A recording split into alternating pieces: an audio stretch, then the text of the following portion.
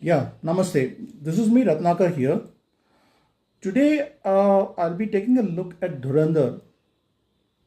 This is not going to be a review per se because there are so many things to be shared about the movie series that it doesn't make sense to go for a standard template review. These are just some thoughts of mine on the movie. Do have a look at it. If you like it, do share, subscribe, and like the video. Thank you. Movies which are good, there are some movies which are bad. Now, there are some movies which are like kind of once in a lifetime movies where everything falls into place, acting, writing, direction, cinematography, music, and it's very rarely such movies happen. Like a Godfather, a Sholay, a Satya, and Dhurandhar joins that particular league. Now, Indian spy movies typically followed the James Bond formula. Hero with gadgets, a good looking heroine, nice party songs, bikini shots.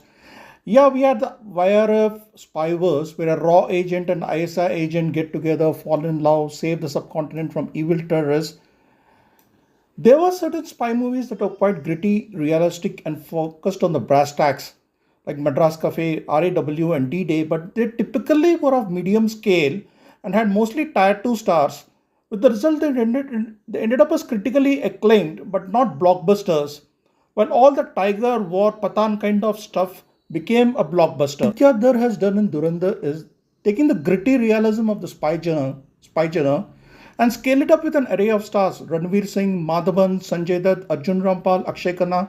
In a sense, Dhurandhar is more like Munich meets the Bourne Series. And that shows in the main character Hamza Ali Mazari, aka Jaskirat Singh Rangi, who, while being a typical commercial cinema hero in many aspects, acts like a real spy. If you look at the first part, he actually remains in the background, not dominating the scene, reading the room and trying to understand the people involved, and keeping his emotions under the check, which he really needs to do. That powerful 2611 scene where he's anguished but can't express is absolutely spine chilling, and that is the only time in this movie where he lets his rage right out after the scene. Absolutely ruthless in his approach and does not mind trapping the much younger Yalina, played by Sara Arjun, daughter of the politician Jamali, played by Rakesh Bedi, for this purpose. I'll try this a bit now. Actually, before the movie was released, I was kind of skeptical about the romance part because of the vast age difference between Ranveer and Sara. But the creator of Dhar, he makes the romance so beautiful, an integral part of the movie, so that you don't feel it is a distraction. And I think the way it works, why the romance works in the movie, is that he focuses on the emotional aspect, not the physical aspect. That is the reason why you feel for both Hamza and Yalina, especially in the second part where they drift apart, and that last scene where Hamza calls up Yalina, asks her to tell his real name, Jaskirat. That is just so poignant. You feel for these two lovers who are separated out here. The character takes a more intense emotional turn as we see his rather painful past as Jaskirat Singh Rangi guns down an entire MLA family who had killed his father, gang raped and killed one of his sisters, abducted the another, and then taking out his enemies one by one, checkmating them, making use of the Pathan-Baloch rivalry, and also has to confront his childhood friend Pinda, now a drug dealer who is hobnobbing with the Khalistanis. And in the end, even though he manages to eliminate all his rivals, he's essentially a loner now. His wife and son are away. His mother and sister are given up on him. His friends are dead. The haunting image of Jaskirat looking at his mother closing the gates on him will live forever. Dhar could have very well gone for a conventional happy ending, but then that would have not been as honest. Most spies and intelligence agents essentially end up either being caught, tortured and killed, or even if they manage to successfully come out, they end up being broken within, totally lonely.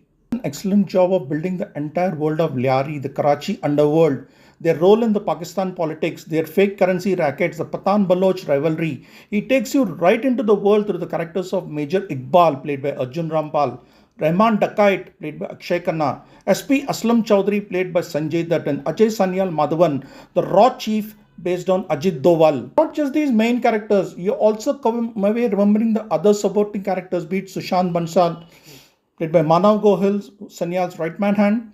Jamil Jamali, played by Rakesh Bedi, the wily politician who is not what he seems. Ujair Balaj, played by Danish Pandor, the hot-headed brother of Rahman Dakait. Alam, the juice shop owner, played by Gaurav Gera, who helps Hamza in his mission. Each and every character has their place in this movie. Now, the soundtrack of Dhurandhar would need a separate post by itself, but to summarize, all I can say is that it is a Spotify playlist of all the songs with which I grew up in the 80s and 90s. And the way Shashwat Sachdev integrates into the songs is brilliant. The songs, far from being a distraction, actually carry the movie along. Dhurandhar, in a way, has set the benchmark for Bollywood. You cannot make movies now with the same old lazy writing, convenient screenplay, over the top cartoonish action sequences, and expect it to run on star powers. Bollywood, it's a wake up call for you. Yeah, so hi, if you enjoyed listening to this talk of mine on Dhurandhar, do like this video, share it, and subscribe to the channel given here. Thank you very much. This is me, your Ratnakar. Namaste.